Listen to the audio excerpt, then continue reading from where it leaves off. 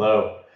Thank you for joining us. Good morning, good afternoon, good evening, wherever you are. I am Jeff Greenbaum. I am the head of the Public Policy Council at the International Advertising Association.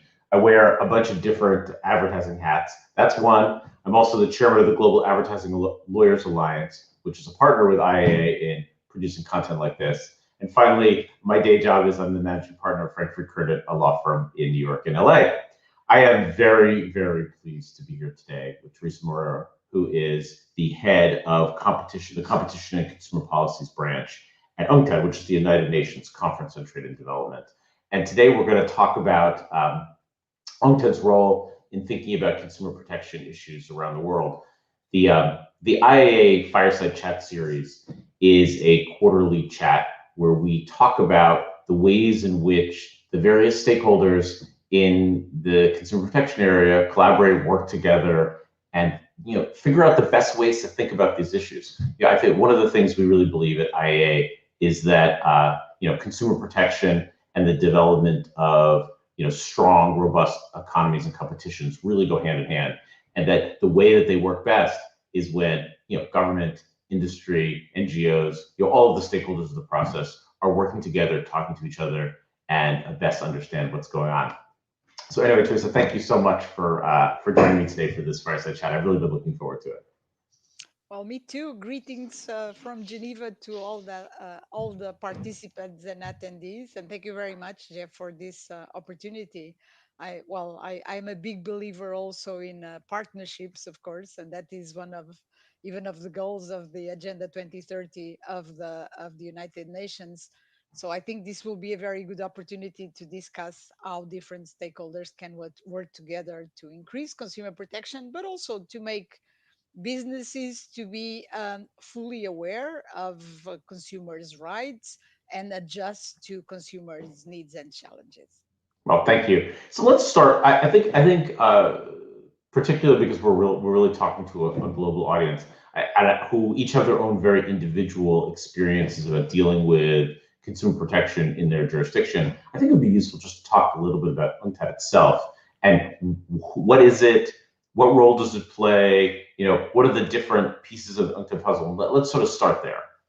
Okay, very well. So, as you said, UNCTAD is the United Nations Conference for Trade and Development. Already, this mention of conference is a little bit puzzling, but it's because we are not a very big organization, but we are a part of the United Nations Secretariat. That is to say, that we report to the General Assembly to New York. And we are not a fully autonomous organization, as, for instance, the World Health Organization that currently is being talked, I think, a number of times per day, or the World Intellectual Property Organization, etc. So, what does this mean, UNCTAD Trade and Development? It's quite interesting because UNCTAD was created in 1964 as a sort of a response from developing countries already at that time to what was perceived as a little bit of dominance between brackets of developed slash rich countries um, in what was then the General Agreement on Trade and Tariffs, so the GATT, that frankly was the symbol of the multilateral trading system, and that was replaced by the World Trade Organization. So this was a little bit a forum already dedicated to support developing countries. That's also our goal today. We have 195 members, but what we do mostly is policy advice. So trade and development encompasses a wide range of issues such as finance, for instance, debt issues of countries, also technology. So we do a lot of things on e-commerce and innovation, for instance, investment, and of course, competition and consumer policies. Now, when I mentioned that the focus is on developing countries, the 195 members, as you can imagine, of course, encompass all developed countries also. So the organization exists, as we say, to serve member states' needs and challenges, but most of what we do is promoting international and regional cooperation between different types of countries, so bringing together all representatives to see how the dissemination of best practices can help developing countries better integrate in the world economy. It's quite an ambitious aspiration, but that is the idea. So we do research and analysis. We do a lot of technical cooperation activities, of course, to support countries and to adjust trainings and strengthening of capacities to their specific needs. And we do what we call consensus building, meaning providing a forum for the discussion on issues so that countries understand each other better, that they share learnings, and agree on action to be undertaken. I think this would be more or less a fair summary of what is UNCTAD and what it does. And where does the agenda come from? Like who's deciding, we need to focus on sustainability or we need to focus on e-commerce? Where is that coming from? Very good point. And I think, in the end, that question applies to most, if not all, UN organizations, because you hear um, friends, colleagues saying, for instance, during the pandemic, why didn't the World Health Organization impose this or that? So we are intergovernmental organizations. What does this mean? It means that the course of action is decided by member states. For instance, I am a part of the secretariat, so it's an expert secretariat, but it's still just the secretariat. So we provide, for instance, research pieces to support deliberations by member states representatives. So it is for member states to decide, oh, are we focusing more in the following 5 years in e-commerce or in investment? Imagine it's not an alternative, obviously, but that focus comes from the needs of developing countries, but of course also comes from the priorities and the decisions and suggestions made by developed countries. So it's really an interactive process because it is intergovernmental. It looks like for some reason, I don't know if you're having this experience. It looks like the video has switched to our so there. Oh, there we are. We're back. Okay, good. Maybe they just wanted to make sure everyone knew who it was. So that's interesting. And so one of the things you said to me when we were preparing for this is you talked about that your approach or UNCTAD's approach, or maybe even more specifically the competition and consumer policies branch, is quite different than other agencies, the UN, in terms of the approach, right? In other words, it's not a negotiation. You're not trying to put together an agreement or something like that. Exactly. I think that is extremely important because for us, again, because member states are who decides what the course of action will be. We are here, of course, to suggest to them or to propose, as I said, research pieces for the options to be chosen. But this means to say that, frankly, we exist to serve member states, and we don't have an agenda between brackets. What is to say? I think I told you recently. I intervened in a conference, a very specialized on competition issues, and because I was sharing the floor with a representative from the World Bank, with a representative from the European Bank for Reconstruction and Development. I was being asked, what are your conditions? What type of impositions does UNCTAD do? And I said, "Oh, first of all, we are not the bank, we are not lending money." Well, maybe that is for the worse or for the best. So we don't impose any conditions because for us, ownership from member states is what is essential. It would be pointless for us to do a masterpiece of research in any area to then realize that its findings and recommendations were not acceptable or interesting to any of our member states, to any of our beneficiaries and addressees. So this needs to be really done in very close partnership. We really need to understand what are the challenges, what are the interests. And I should say here, if you allow me, that consumer protection has really been an issue uh, on the rise because, of course, we are all consumers. We all know this. A lot of countries, even developing countries, have actually quite an embedded tradition of consumer protection, but this was not, I think, necessarily recognized as an international or a global issue, which is quite curious because, of course, due to the globalization process and digitalization, I think it's quite obvious that everybody is buying online from international digital platforms or services or goods providers, right? And so what was interesting and what actually in my specific case got me to UNCTAD was the last revision of a document that we sort of support and guard between brackets the United Nations guidelines for consumer protection that were actually adopted in 1985, but only in 2015 led to a major review that conferred a formal mandate to UNCTAD. What does this mean?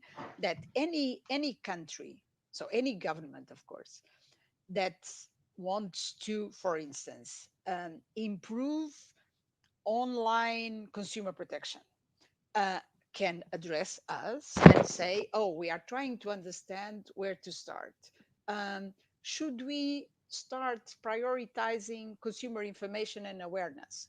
Should we also get in touch with startups, with entrepreneurs, and not just big businesses that usually will already be acting online?" And we try to learn again from successful experiences from those who have been for a longer period of time doing this, and trying to really disseminate these best practices to see how this can fit and serve the needs and the interests of these countries. So this is really what we do. Again, I underline policy advice because we don't, I mean, not only we are not lending any money or acting as a broker for access to finance, which is in any case, of course, extremely important for developing countries, as it is obvious. But what we do is advice. So it is policy advice. And after we have been asked to, so not really preaching, "Oh, you should do this because this is very successful elsewhere." No, the country needs to come to us. Well, it's so interesting you talk about the sort of this idea of, is consumer protection a global issue or is it a local one? Because of course, historically, consumer protection was a hyper local issue, right? It was like, you could would shop at their local market, and all that mattered was the rules that applied there. And even today, I mean, you look at, I mean, obviously things have changed somewhat, in the European Union, but certainly in, the laws are as different as the countries are about consumer protection issues around the world, and we don't think about them in a global way. We don't think about, the rules don't necessarily support the development of a global economy. They still look at them through a very, very local lens. In our first Fireside Chat, we talked to the Federal Trade Commission in the United States, and one of the questions I asked them was, is harmonization something that's important? Do we believe, does the U.S. government think about,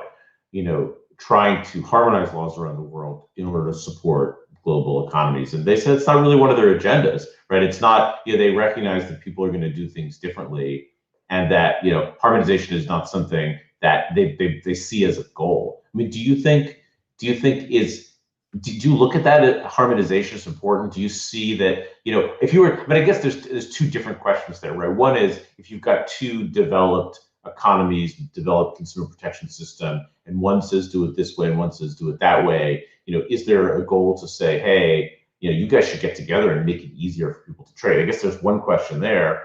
And then, which is a very different question from taking a country that literally has no advertising laws at all, no consumer protection system, and say, hey, if you're going to join the global economy, maybe it's a good idea to do it in a way that supports your entry into that. No, absolutely. No, I don't. I can't say that we do not try to promote convergence. And I think you mentioned the US experience, and previously I had quite a lot of experience at the European Union level, and I think that's quite telling already, because it's two major markets that actually have very intensive trade and investment flows, and yet treat differently a number of key issues, namely in consumer protection. So, and that is absolutely understandable. And that is one of the things that UNCTAD as a principle does. So, we always need to look into the specific circumstances of the country. Now, when you are disseminating international best practices, it is important that we are familiar with all the different practices. But just to give you a concrete example, the European Union, as it has, of course, a number of regional and economic free trade agreements with developing countries and even other regional economic organizations composed by developing countries, often is a source of inspiration. So we get countries saying that, oh, I want to have the type of protection. And we have to explain that, that is based on on shared goals, values, principles. In the case of the EU, also with a political and social dimension. And of course, this can be replicated, but it will have to be adjusted to the other parts of the world circumstances. I don't think at all that that is advisable. I think it is very important that, well, especially as you mentioned, consumer protection. I still think it's quite a lot a local issue in any case, even though there is an important international and global dimension. Because as a consumer, you are buying from where you want. For instance, during the pandemic, we saw a lot of consumers, even in developed countries, turning to local farmers, local producers, because they felt they were more comfortable, or they wanted to support these let's say economic activities also. So of course, and I think that is something that should be encouraged. Now, when you talk about consumer protection, for instance, for in countries that are still aiming to become more competitive internationally, I have had that experience, um, explaining to officials from ministries of economy or of commerce and industry that no, consumer protection rights are not should not be seen as a burden to small and medium sized companies or individual entrepreneurs. If your companies meet international standards, they will be better placed to export, to increase their clients, and really to have a completely better chance of a more successful performance. Now, this needs to be explained. Again, I don't think it It's is not, it advisable. is counterintuitive. I mean, I could see governments saying, you're telling me I'm trying to develop my economy here, and the way I should do it is impose rules on businesses. It does seem like that's an uphill battle for someone who's trying to build an economy. No, yeah, exactly. But in the end, it was also like this for competition law and policy. And nowadays, we have 140 countries, which include even least developed countries, not only having adopted competition law and policy, but actually having conferred the enforcement of this legislation to a specific body, expert body, etc. So this came out of the recognition that competition could be a useful instrument for a country to have economic growth and achieve sustainable development. Consumer protection, I tell you, in a way, it's very curious because, of course, we are all consumers. But at the same time, I think it is a little bit difficult because it is something that is always fragmented. Because you have, of course, you can have public bodies, and you can have private bodies, so consumer organizations. There is a very strong movement, of course, internationally, and that I think often doesn't allow policymakers to put a face, you see, on consumers. It's quite curious because something that we all share as citizens of any country, whenever we buy goods or services for ourselves or our household, we are consumers, and yet there is not necessarily a representativeness um, when policy making is being designed, when options are being taken, and I think the fact that there are maybe a lot of actors does not necessarily allow this to be perceived. Now, a successful market economy will need to pay a lot of attention to consumers because consumers can play an active role.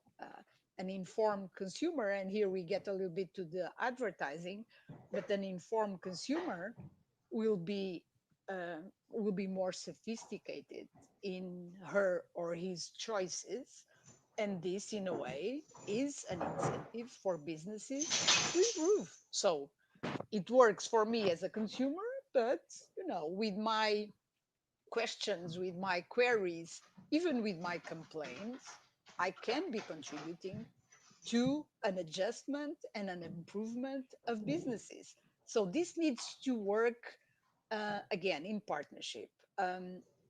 From my experience when I was consumer director general of my country in Portugal, I don't think that we can have effective consumer protection policy without strong business engagement and involvement. And that was my experience, and this is what we also in UNCTAD try to do. So engage with businesses and business representatives so that we understand each other.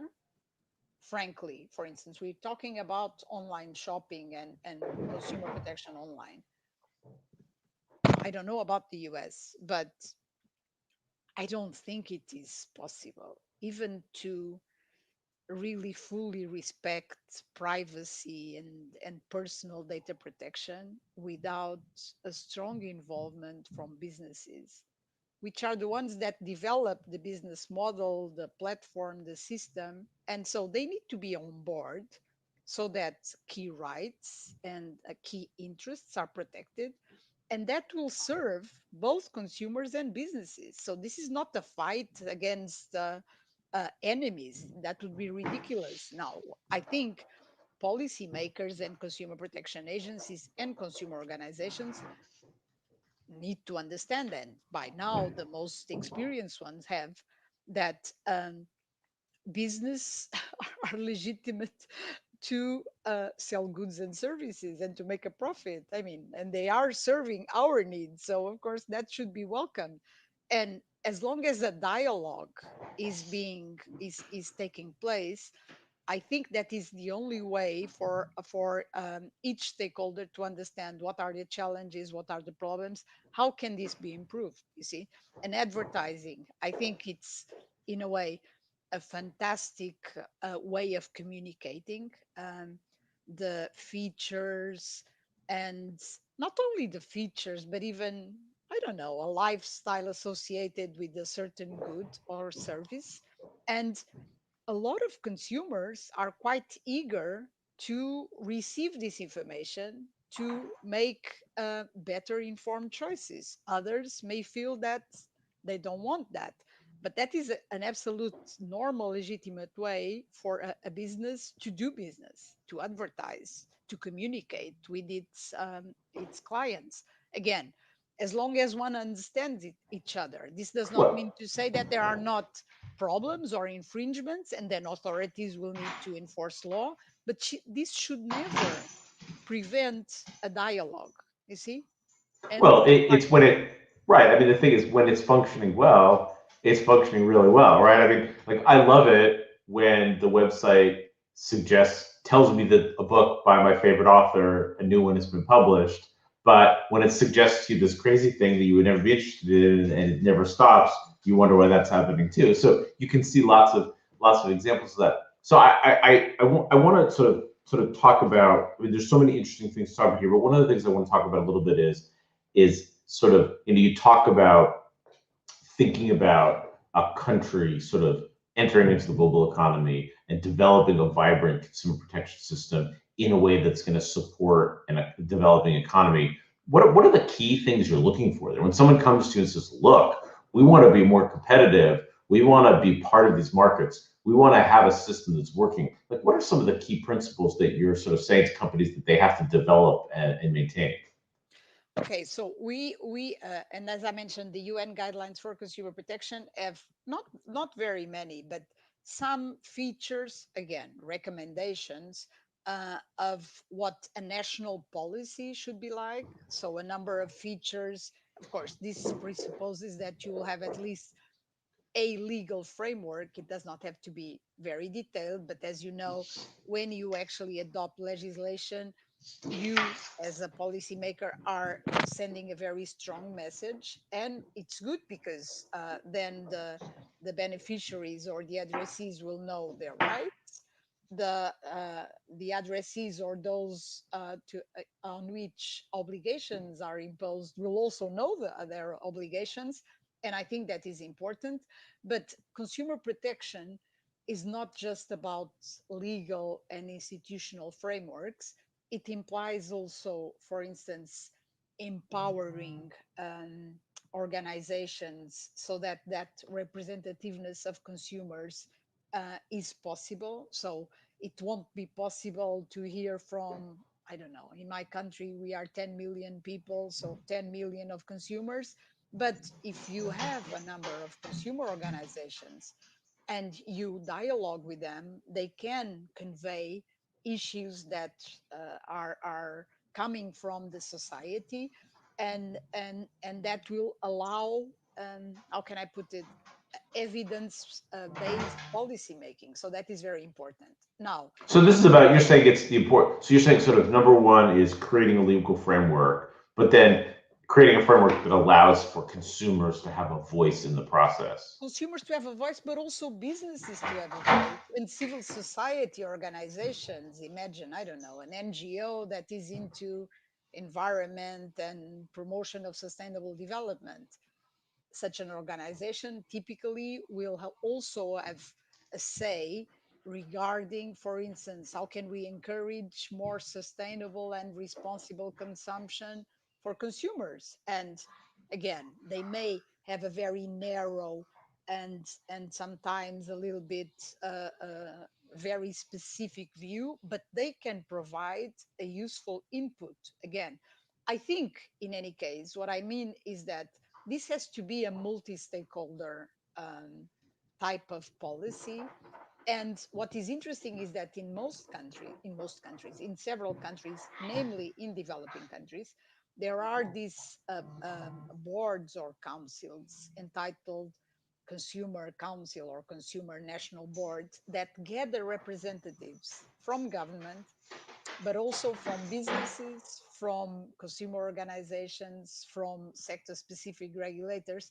And you have a little bit of a mini a mini assembly of key stakeholders, which won't necessarily agree always, but whose inputs are vital, so that um, everybody understands why consumer protection is important and what can you do about it.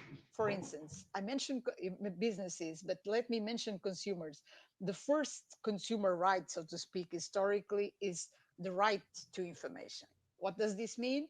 That, of course, businesses, services providers, seller traders need to provide their clients with the necessary information for the consumer to understand, does this serve my need and my interests? I will buy it or not. Now, what is interesting is that this right to information in developed country society has a little bit evolved to an obligation for the consumer to inform himself or herself. That is to say, so this should not be seen just as, oh, it is the business's duty to inform consumers. No, consumers need to be informed to be empowered. So I cannot just sit passively and wait for whoever. to bombard me with advertisements on I'm Facebook. so interested to hear you say it. Do you feel that there are I mean in the US that is not the principle, right? Like in the US, consumers can be as dumb as they want. Like consumers have virtually no obligation to inform themselves. I think that, and I wonder whether my own personal opinion is that if you're going to truly develop an online economy, and you're truly going to take advantage of the tools and the techniques that are available to both advertisers and consumers, they both have to be partners in the process, in a reasonable way. But I do you feel like countries are open to the notion of that consumers bear some responsibility for educating themselves? I think that this a little bit is underneath, in any case, a modern consumer policy. I tell you, of course, this is a principle, and then we have a number of vulnerable and disadvantaged groups of consumers. For instance, children, frankly, even though any 10-year-old is probably more savvy than myself when going online, a 10-year-old or even a 15-year-old is not fully doesn't have a fully formed personality, so they may not be able to filter information and things like that. Of course, the elderly in general, but also, people often with low income that are not necessarily so experienced, for instance, in shopping online, or could not really grasp so much information. Or when you are, for instance, a migrant and you are in a different country, it's not 100% sure that you will understand everything that is being you are being exposed to in terms of language. So there will be a number of groups. I do believe that, even, or not even, but in a number of developing countries, curiously, consumer protection is quite linked to citizenship rights. You see? So that is why this has become, from my personal point of view, politically interesting for governments. But this means that if you are a citizen, you have rights, but in a lot of jurisdictions, you also have obligations, as you know, even to vote and things like that. So with this citizenship, rights come up, but also responsibility. So you cannot. I know that in the US, the situation is a little bit as you described.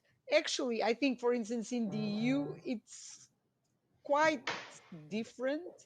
But regarding the online world, I think, for instance, there, because so many consumers are completely at a loss and don't feel comfortable, are afraid of clicking too many times, of losing or making a mistake and not being able to correct it, things like that. We think, of course, that a lot of attention need to be devoted to increase trust in the online marketplace, so that consumers feel that they can really make the most uh, out of the digital economy, so to speak.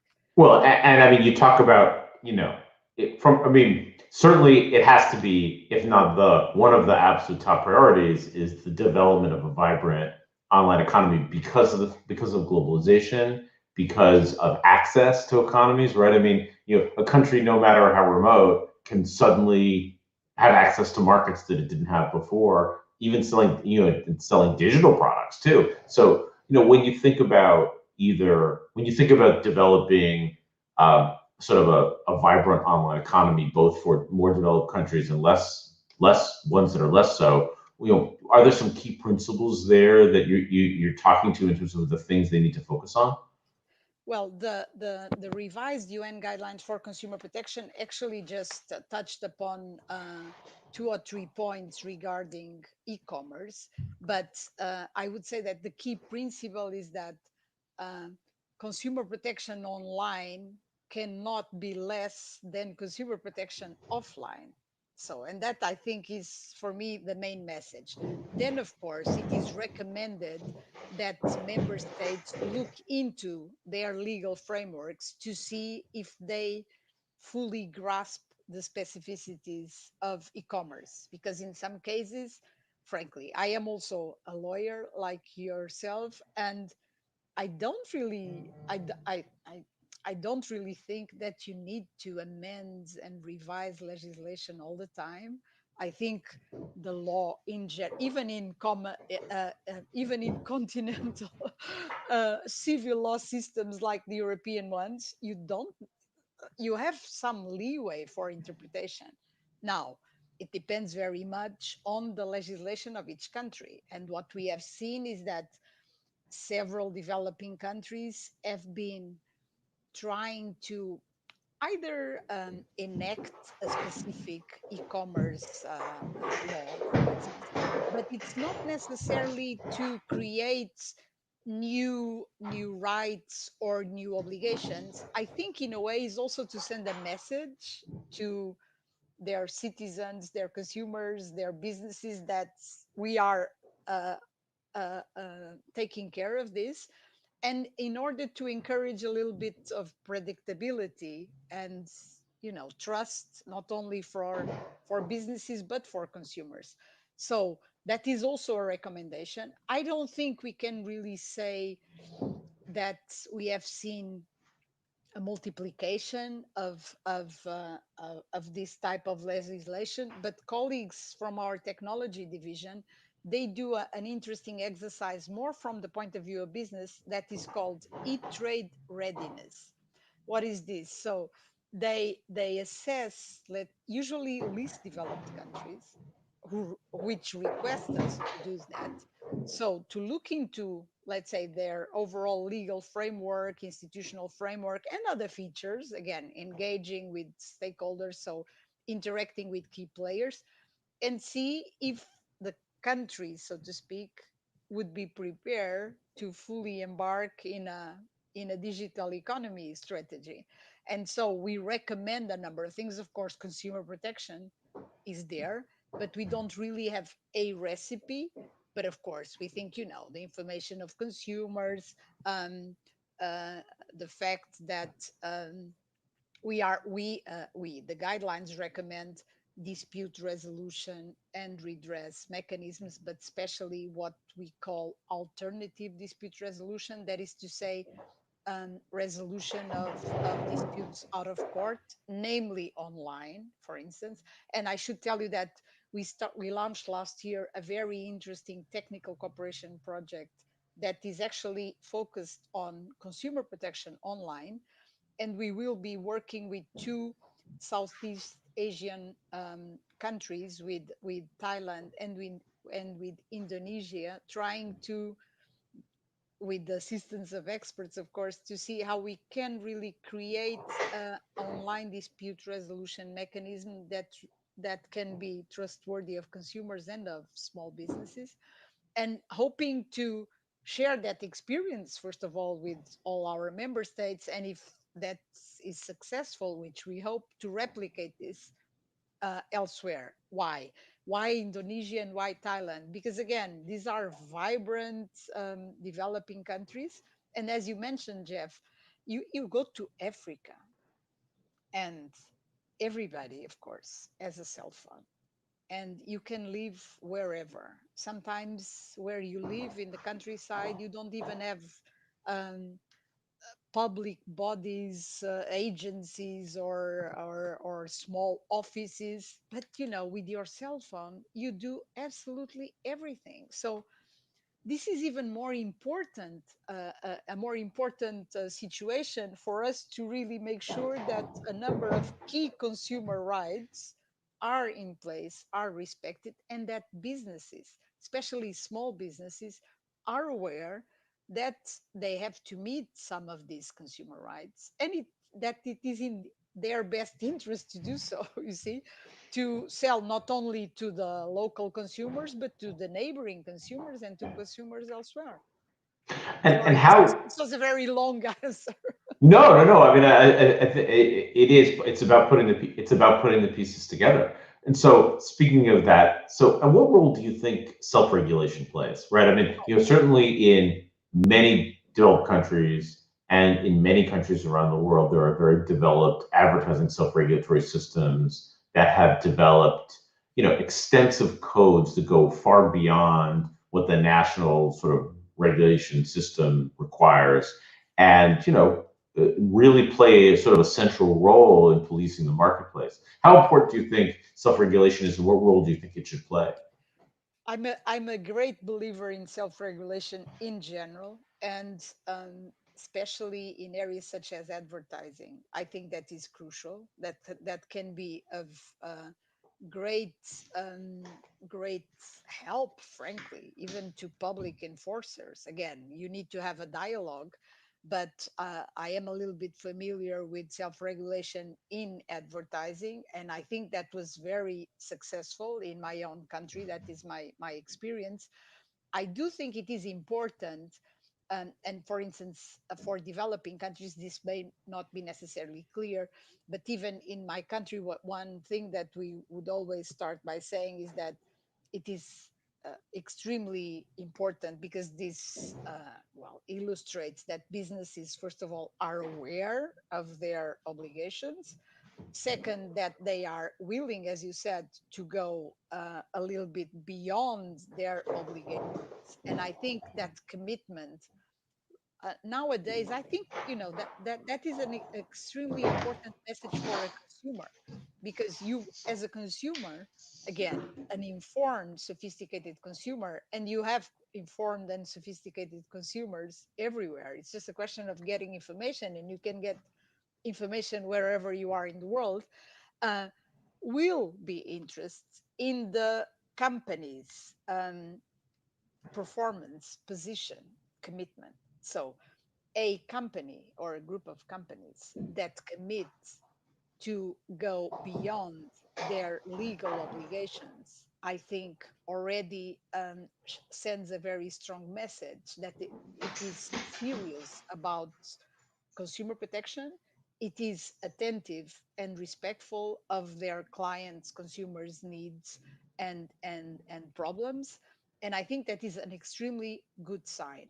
So I think self-regulation in any case is essential in every area. And I should tell you again that the UN guidelines for consumer protection do appeal to businesses to engage and to adopt self-regulatory initiatives. It even talks specifically also about standards, which, as you know, often are non-binding recommendations, but that when you commit to something like that, of course, it's binding for the purposes of your own performance. And the guidelines actually in 2015 adopted a new chapter on good business practices, which is so interesting because apparently only in 2015, well, all member states thought it would be good also to address directly businesses. And the good business practices are quite, I would say, basic, if you allow me. So they are about fair and equitable treatment of consumers, of commercial behavior that is ethical, non-discriminatory, non-deceptive, on practices of disclosure and transparency, which mostly are addressed at those that are online, on education and awareness raising of consumers, on protection of privacy, and on consumer complaints and disputes. And again, self regulation is very interesting because it can also lead to private dispute resolution of consumers. So, a sort of mediation between consumers' complaints and businesses. And I think that's also a very important element in the broader dispute resolution and redress system for consumers in any country. So I think that is really a must. I think sometimes, for instance, small businesses, I tell you, micro and small and medium-sized companies, especially in developing countries, or startups, because you can be very savvy in your business, of course, and in the online marketplace, and yet not be informed. That's also an obligation of consumer protection agencies. I mean, public bodies also have that responsibility to inform, to educate, between brackets, to raise awareness. But through self-regulation, you see, I think it is easier. For instance, if I was an entrepreneur and was launching something, it would be probably easier for me to learn about the importance of consumer protection in a certain field, in a certain sector, through business representatives than necessarily through the public bodies. So I think self-regulatory initiatives can also attract, can also draw the attention of new market players. So I think it is a must. Well, absolutely. I totally agree. And so, maybe sort of circling back and talking a little bit about the multi-stakeholder approach. I think last week you were at a series of meetings, right? You were your consumer protection law policy group, you had your research partnership platform group. Maybe you could talk a little bit about the ways in which UNCTAD thinks about the stakeholder approach and talks to stakeholders and works with them. Absolutely. So, when I talked about our consensus building pillar of work, this translates into these annual meetings, which are the intergovernmental group of experts on consumer protection on one side, on competition on other side. And in 2010, we launched an UNCTAD research partnership platform open to scholars, to universities, to research centers, of course, to competition authorities and consumer protection agencies, and to all relevant stakeholders. And the idea was to agree on a number of key areas of work that matched UNCTAD's priorities. Again, priorities having been agreed upon by the member states, and that we would have the opportunity of hearing and learning from academics on ongoing research that could serve to support these deliberations of member states, and also to have a little bit of a lively and open debate on key issues. For instance, in last week's meeting, we heard we launched a joint publication of my team with a university here in Switzerland, the Zurich School of Management and Law, on competition and consumer protection issues in the digital era. I mean, the title is a little bit more sophisticated because it's like to promote inclusiveness, etc. And we gathered contributions from scholars from developed countries' universities, but also from developing countries' universities. So you have a little bit of a match, and you could hear the drafters, so the authors, talk about their chapter and engage with an audience that had everybody, of course, on earth.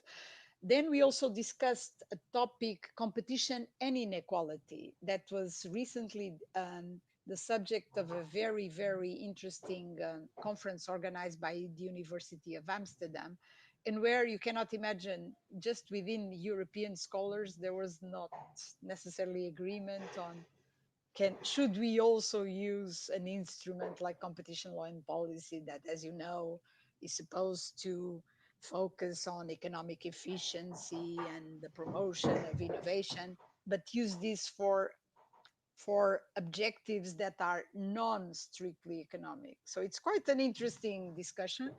And then we allowed a number of partners to talk about key issues. And for instance, a very active consumer organization of India based in Bombay, MGP India, presented a key issue in India and, of course, elsewhere in the world regarding, the travel refunds and travel and tourism refunds because of the pandemic, because the case is not necessarily closed everywhere in the world. And so they were appealing to UNCTAD, I mean, to UNCTAD, then it was to the Secretariat, to do a recommendation so that companies, airline companies, would make sure that they respected air passengers' rights by immediately reimbursing them and not just choosing to withhold the the money reimbursement. You see, this kind of thing. So this is the variety of what we have. I think we've had, for instance, scholars from Brazil, from South Africa. Um, it's quite diverse, of course, from the US, also from European universities, often from countries like India um, and Kenya. So it's quite, it's really international, first of all.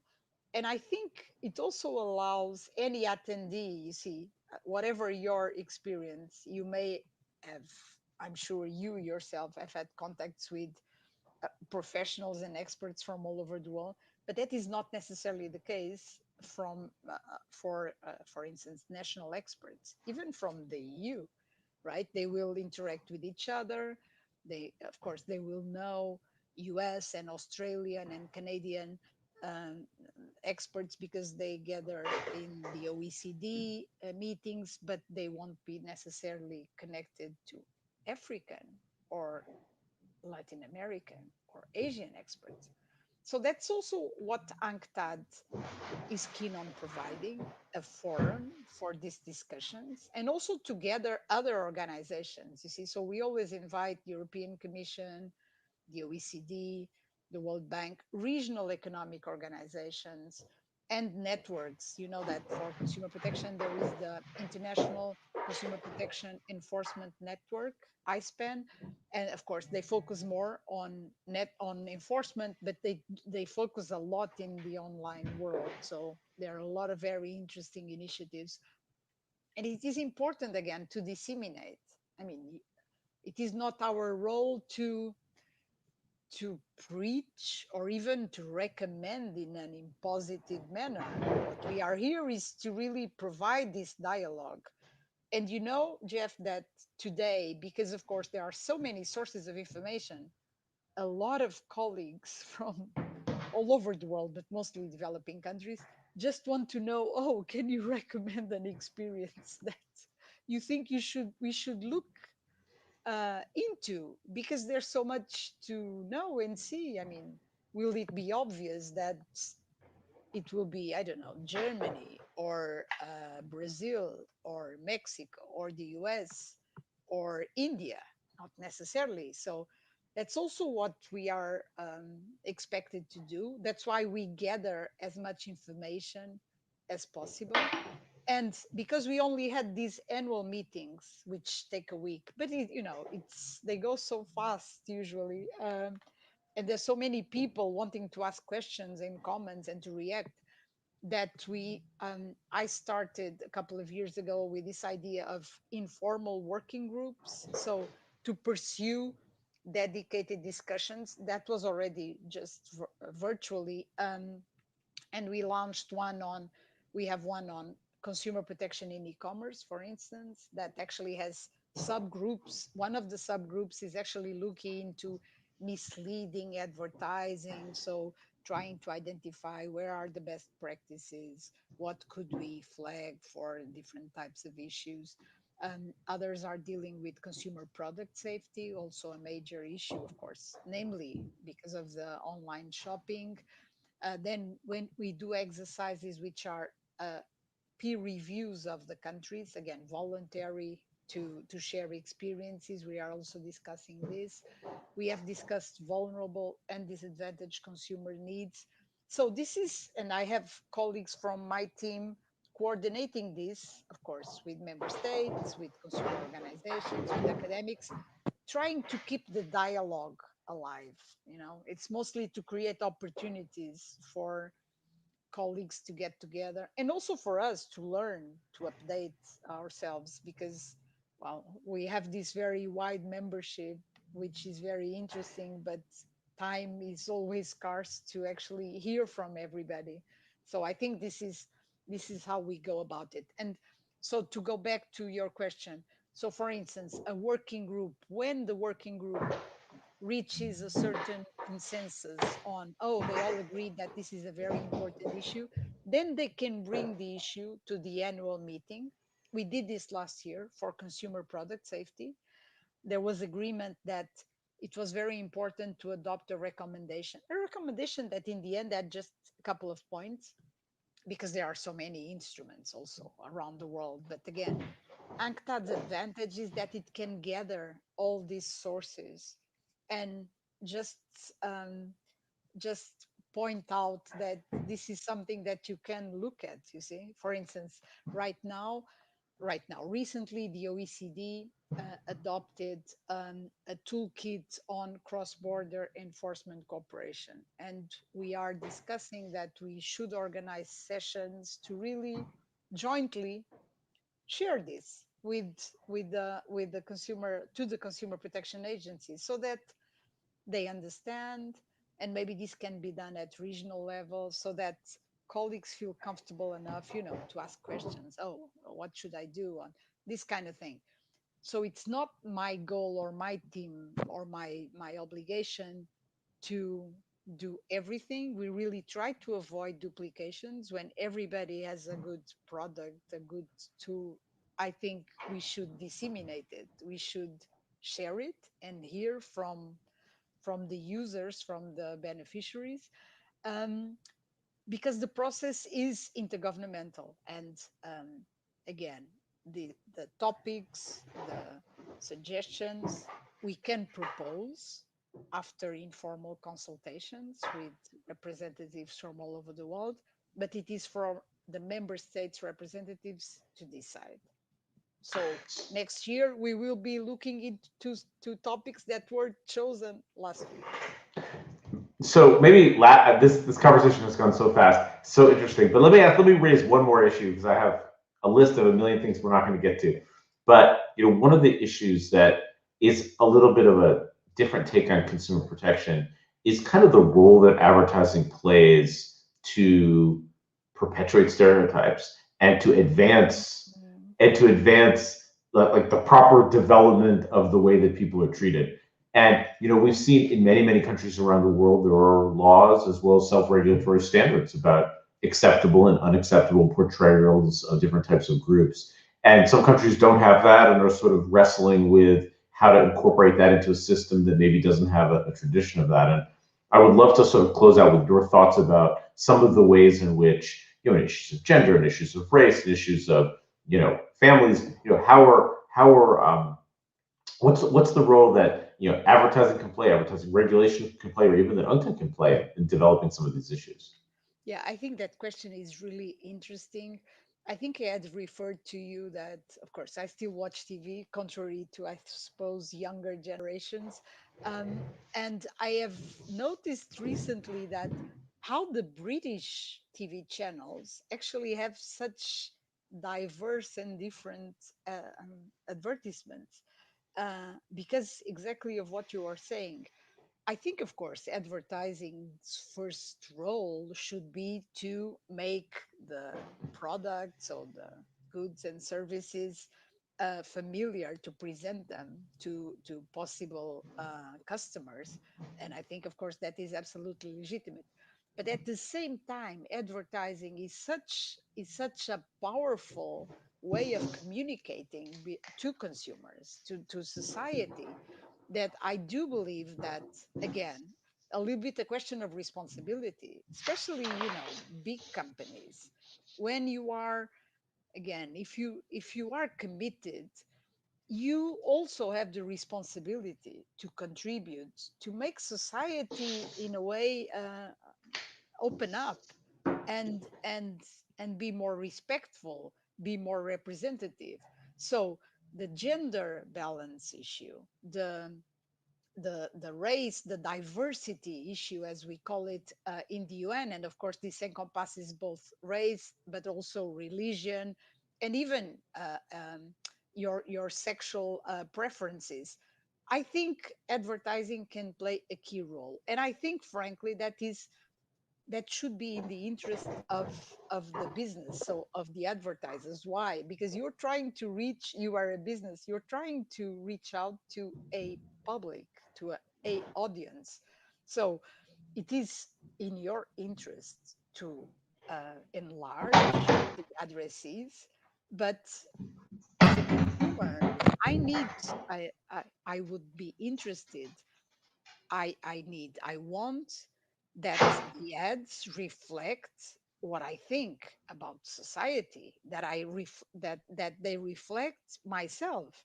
So if I am unmarried, if I have a mother of a large, a numerous family, if I am from a specific race, if I am from a specific gender, if I am in a mixed race couple, I want this because this is what society is about. So advertising should reflect this society. And that's why I mentioned the British TV, because contrary to actually my experience, at least, of course, this is very personal and very limited, of French TV or Swedish, I don't think it is so diverse. And I think there is a huge opportunity, and in a way, somehow, from my personal point of view, a responsibility of businesses. Like businesses committed to sustainable and sustainability standards, and often they do, corporate social reporting regularly because there are international standards, again, because businesses voluntarily committed to this, because they think that this shows their commitment, their responsibility. I think businesses and brands need to pay close attention to this. And frankly, I think they should have this responsibility, but I see very well that this is also in their own self interest. So, in a way, it's a beneficial situation for all. Now, I understand that what I'm saying right now is not, unfortunately, from my personal point of view, necessarily the environment in a lot of countries all over the world because of religious issues, because of political issues. And again, I would assume that an advertiser would need to adjust to that audience. So you don't want to, I don't know, in a country where religion does not really allow for the diversity that I was trying more or less to describe, you also don't want to, of course, offend as an advertiser your potential customers. So you need to adjust. But I think advertising and brands can really contribute also to make society open up, to progress, to be more sustainable, to be more responsible, and to be more diverse in general. And I'm very happy to see that so many businesses and business organizations across the world committed to the Agenda 2030 Sustainable Development Goals. Of course, there is the final goal 17 is partnerships for the goals. So we really need the active involvement and contribution from businesses, no doubt about this. And we need to work together. Most big issues nowadays are global issues, and global issues, frankly, need global solutions, even though I think we need also always to keep the regional and the local level. I think now more than ever, as consumers, as citizens, we need to be in touch with the closest, those closest to us in every possible manner, but that also includes local small businesses. But I think there is room for everybody.